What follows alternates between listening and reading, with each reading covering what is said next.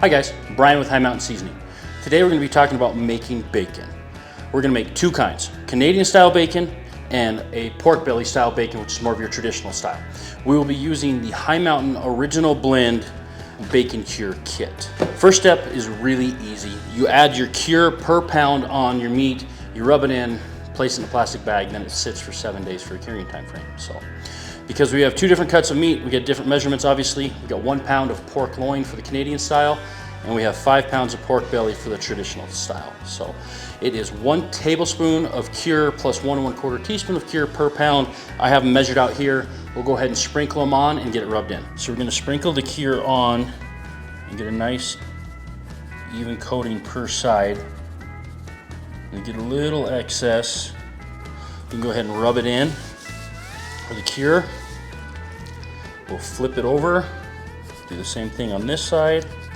And if you have a little extra at the end, go ahead and sprinkle it on the meat once you put it in the bag, and then toss it around so that way you can get a nice even coating of the cure itself. So now that we've got all that on there, we do have a little bit left in the cup.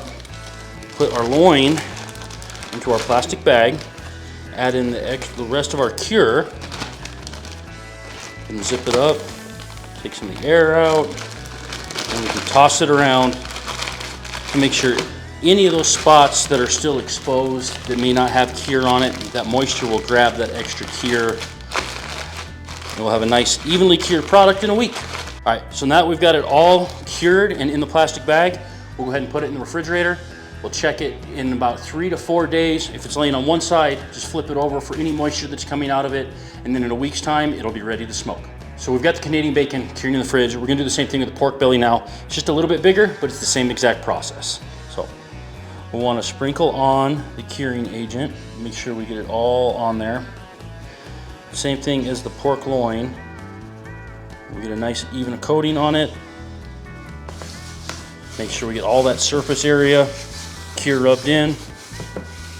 Go ahead and flip it over. Continue to add the cure to our pork belly.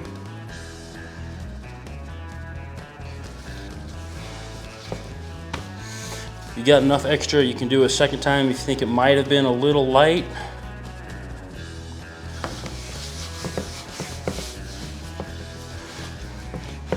We can go ahead and get this put into our plastic container, plastic bag. Get it all sealed up.